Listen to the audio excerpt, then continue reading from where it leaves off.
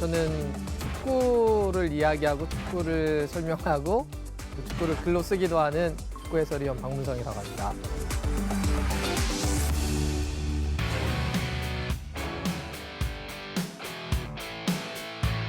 축구라고 하는 게 11명 혹은 교체 선수까지 하면은 굉장히 많은 선수들이 하나의 팀으로 움직여야 되기 때문에 리더십이 중요하고 또 이 리더십의 핵심은 감독이어서 감독들은 도대체 어떻게 이렇게 많은 슈퍼스타들의 팀을 이끌어갈까? 또 그런 이야기는 우리가 살아가는 데 있어서 일상에서 어떻게 적용해 볼 수 있을까? 어떻게 도움될 수 있을까? 이런 이야기를 좀 해보고 싶습니다.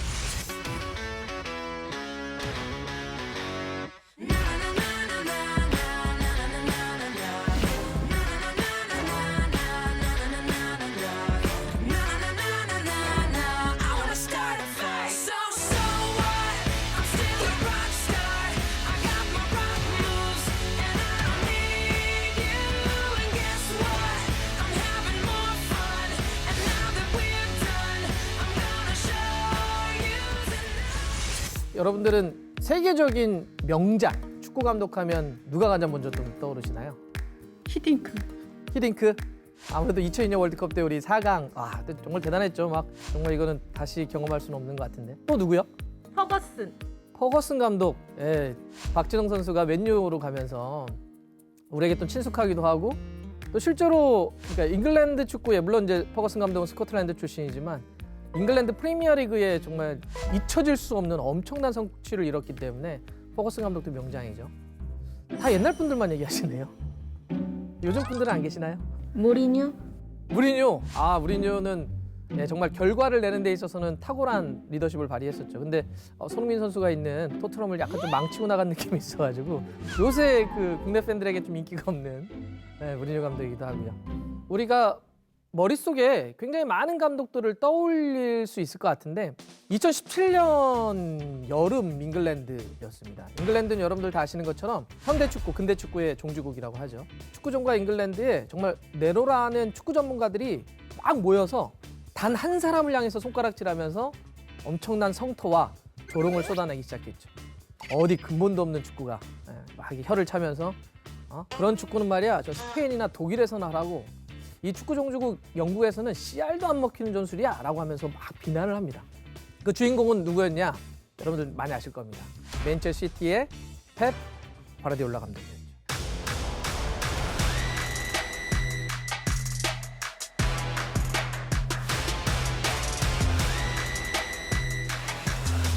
스페인 바르셀로나라든지 독일의 바이에른 뮌헨 정말 대단한 팀들인데 감독으로 바르셀로나라고 하는 클럽에 부임한 첫 해에 6관왕을 차지합니다. 6개 대회를 싹쓸이하는 감독입니다. 실제로 과르디올라 감독은 현역 지도자 중에 현재 활동하고 있는 유럽의 그 수많은 지도자들 중에 우승을 가장 많이 차지한 감독입니다. 주요한 우승 타이틀만 말도 안 됩니다. 31차례의 우승을 차지했어요. 굉장히 많은 우승을 이뤄냈고 그러면서 잉글랜드로 넘어와서 맨체스터 시티를 이끌고 이제 프리미어리그에 입성을 딱 했는데 3위로 밀려난 거죠. 그러니까 이 잉글랜드 축구 전문가들이 막 모여서 근본도 없는 우리 잉글랜드 축구 종가에서는 쓰지도 않는 이상한 전술 갖고 와가지고 스페인이나 독일에서는 통할지 모르겠지만 잉글랜드는 절대 안 돼! 라고 하면서 막 욕을 막 했던 거죠. 그런데 그 이야기를 들었던 과르디올라 감독은 위트 있게 응수를 하죠. 좋은 얘기야.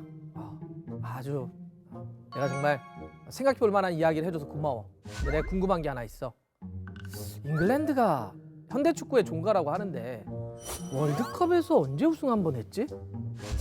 유로에서는 우승한 적이 있나? 잉글랜드가 월드컵에서 우승한 건 딱 한 번 있습니다. 1966년.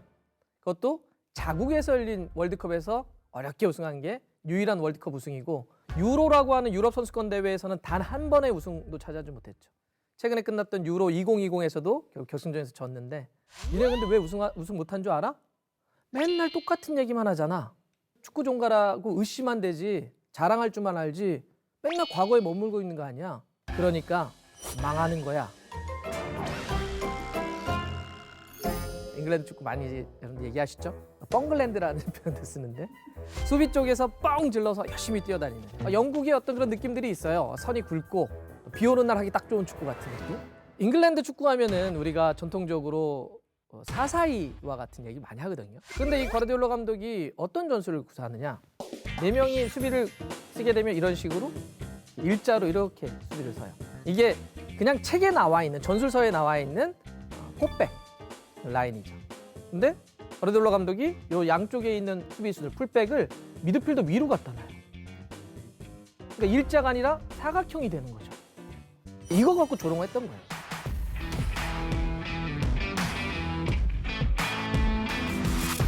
그동안의 모든 지도자들과 모든 팀의 고민은 어떻게 하면 공격 잘할까?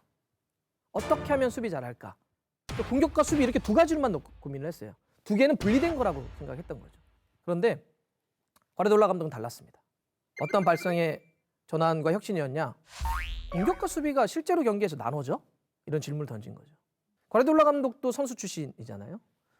또 지도자도 해봤는데 그게 나눠지지 않더라는 거예요. 그러면 이걸 두 개를 굳이 나눠서 두 가지의 파트를 갖고 에너지를 쏟기보다 만약에 하나의 통이라고 생각해서 이 하나의 큰 덩어리를 끌어갈 수 있다면, 여기에 에너지를 집중시킬 수 있다면 훨씬 더 강해지는 거 아니야? 공을 완벽하게 지배할 수 있다면 경기는 이기는 거 아니야? 이런 생각을 하게 되는 거죠. 자, 무슨 얘기냐면 공은 땀을 흘리지 않는다라는 이야기를 혹시 들어보셨나요? 사람이 안 뛰어도 되잖아. 사람은 가만히 있고 공을 뛰게 하면 어때? 공이 움직이게 하면 어때? 선수들은 서 있고 공을 끊임없이 움직이게 하는 거죠. 이게 우리가 얘기하는 티키타카, 패스 축구의 철학적 근간이죠. 사실 이 논리는 요한 크루이프라고 하는 네덜란드 토탈 사커의 핵심적인 인물이었죠. 지금은 타계를 했습니다. 드림팀 1기의 지도자이기도 하는데, 이제 요한 크루이프의 생각입니다. 축구 경기장에 축구공은 딱 하나예요. 근데 이론적으로 이 공을 우리 팀이 완벽하게 한 번도 뺏기지 않고 소유할 수 있다면 상대 팀은 할 수 있는 게 아무것도. 그런데도 지치지 않아요. 왜요? 공이 움직이니까. 사람이 안 달려도 되잖아. 공이 움직이게 하면 되잖아. 공을 완벽하게 소유한다면 상대가 할 수 있는 건 아무것도 없잖아. 이런 생각의 전환을 가져왔던 거죠. 이런 식의 새로운 용어들, 새로운 전술들을 끊임없이 만들어낸 게 크루이프이즘이고, 이걸 계승한 게 과르디올라 감독입니다. 그래서 왜 사각형의 수비 라인을 만들었던 거지. 이렇게 일자로 서 있으면 볼을 계속 주고받을 수가 없잖아요. 사각형으로 수비가 돼 있으면 어때요? 만약 이 선수가 잡았다고 한다면 패스를 줄 곳이 세 군데가 생깁니다. 이쪽, 이쪽, 이쪽. 끊임없이 볼을 돌리게 할 수 있는 거예요. 그러니까 이런 전체적인 생각, 발상의 전환을 하지 못했던 잉글랜드는 왜 이렇게 서는지 이해를 못하는 거예요. 근본이 없다고만 욕하는 거죠. 이게 어떠한 플레이를 하려고 하는지에 대한 당연히 생각해 본 적도 없고 그렇게 추진해 본 적도 없어요. 그런 이 축구를 이해를 못했던 거죠. 이제 과르디올라 감독이 했던 말이, 축구에는 항상 문제점들이 존재한다. 끝이란 없다. 사실 모든 게 다 그렇지만 완벽이란 있을 수 없죠. 그러니 끝이라는 게 존재하지 않습니다. 그러니까 끊임없이 어떤 가능성을 전제해서 혁신하고 변화하고 새로운 걸 시도하는 거죠. 근데 이러한 어떤 발상의 전환하는 것, 기존에 생각하지 못했던 걸 생각해서 추진하는 거에는 실제 용기 같은 게 좀 필요하죠. 그건 우리 일상에서도 마찬가지 아닌가요? 우리가 가만히 있으면 현재를 유지하는 것 같지만 실제로는 가만히 있으면 도태되는 겁니다. 세상이 움직이기 때문에 뒤로 자꾸 흘러 들어가는 거죠. 그래서 리더나 팀은 특히나 이제 일정하게 위험을 감수하면서 끊임없이 혁신하고 변화하고 새로운 사고들을 하게 됩니다. 물론 이게 과르디올라 감독의 어떤 점유나 지배라고 하는 게 정답은 아닙니다. 축구가 굉장히 상대적이기 때문에 또 이거를 대비한 다른 축구에 지기도 하고 또 그것 때문에 뭐 과르디올라 감독이 비판받을 때도 있습니다. 그런데 확실한 건 프리미어리그의 정말 다양한 전술의 확대를 가져온 건 맞아요. 예전에 프리미어리그 하면 우리가 딱 잉글랜드 축구 할 정도로 빠르고 거칠고 뭐 이런 축구였죠. 손흥민 선수가 처음으로 토트넘 진출했을 때 제가 잉글랜드 가서 만났을 때 했던 말이, 첫 경기 뛰고 나서 저랑 했던 말이, 여기 이 나라 이상하다 이런 얘기를 했었어요. 손흥민 선수가.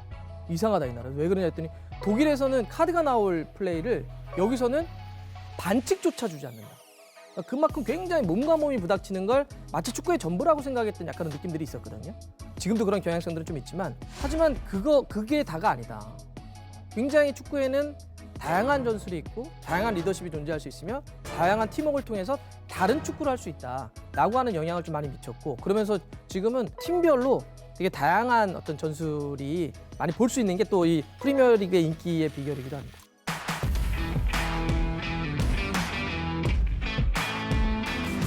과르디올라 감독은 정말 엄청난 일중독자예요. 되게 유명합니다. 잠자는 시간 정도 빼놓고는 감독실에서 나오지 않는 사람. 끊임없이 어떤 뭐 전술이나 상대에 대한 파악이나 이런 걸 하는 유명한 그런 지도자죠. 되게 유명한 일화가 지금 잉글랜드의 리즈라고 하는 팀을 이끌고 있는 아르헨티나 출신의 비엘사 감독이 있는데 이렇게 막 되게 새로운 축구를 했던 과르디올라 감독이었는데 경기를 비엘사 감독이 더 많이 준비해 와서 엄청난 축구를 한번 보여준 적이 있어요. 두 팀 만났는데 비엘사 감독의 팀과 과르디올라 감독의 팀이 만나가지고 스페인 시절에 너무 충격을 받은 거예요. 과르디올라 감독이. 내가 이렇게 새로운 축구를 구사했는데 상대가 더 새로운 걸 갖고 나온 거죠. 그래서 바로 그 길로 비엘사 감독을 찾아갑니다. 비엘사 감독의 사정에서 어떻게 그런 축구를 할 수 있었냐, 어떻게 도대체 무슨 생각으로 그런 축구를 했던 거냐, 11시간 난상 토론을 벌였던 게 굉장히 유명한 게 있습니다. 사실 이게 지도자나 감독들이 다 자존심이 있고 어떤 경기에서 깨지면 부정하거나 그 사람을 욕하거나 그래서 문제점을 외부로 돌리는 경우들이 있는데 자기보다 더 새로운, 자기보다 더 진보된 어떤 안을 내왔을 때 받아들이고 그걸 배우기 위해서 끊임없이 또 그 사람을 만나서 이야기를 하고 그래서 과르디올라 감독이 나중에 그 토론을 한 다음에 비엘사 감독이야말로 세계 최고의 지도자고 내가 가장 존경하는 사람이다 이런 이야기도 했었죠. 잉글랜드 프리미어리그는 정말 날고 긴 선수들이 어마어마하게 있죠. 이 선수들을 통제해서 실제로 결과를 낸다라고 하는 건 지도자 리더들에게 그렇게 쉽지가 않습니다. 페르난지뉴라고 하는 브라질 대표팀도 하는 그런 미드필더가 있었는데 과르디올라 감독이 한 시즌 딱 하고 나서 인터뷰를 뭐라고 그랬냐면 내가 축구를 20년, 30년 정도 했는데 이런 축구 처음 배워본다 이런 얘기를 했어요. 선수들이 놓고 보더라도 인정하는 거죠. 인정. 그런 인터뷰가 진짜 많이 나왔어요. 과르디올라 감독에게는 범접할 수 없는 지식, 노하우, 방법 저렇게 많이 알 수 있다고? 저렇게 통찰을 갖고 있다고? 저런 해안은 도대체 어디서 나오는 거지? 이런 걸 통해서 그냥 존경을 끌어내는 지도자라 볼 수 있겠죠. 그런 의미에서는 통찰의 리더십이라고 볼 수 있죠. 오늘의 한 줄 리뷰는 과르디올라 감독이 직접 이야기했던 걸로 대신 정리를 해보겠습니다. 위험을 감수하지 않는 것만큼 위험한 것은 없다.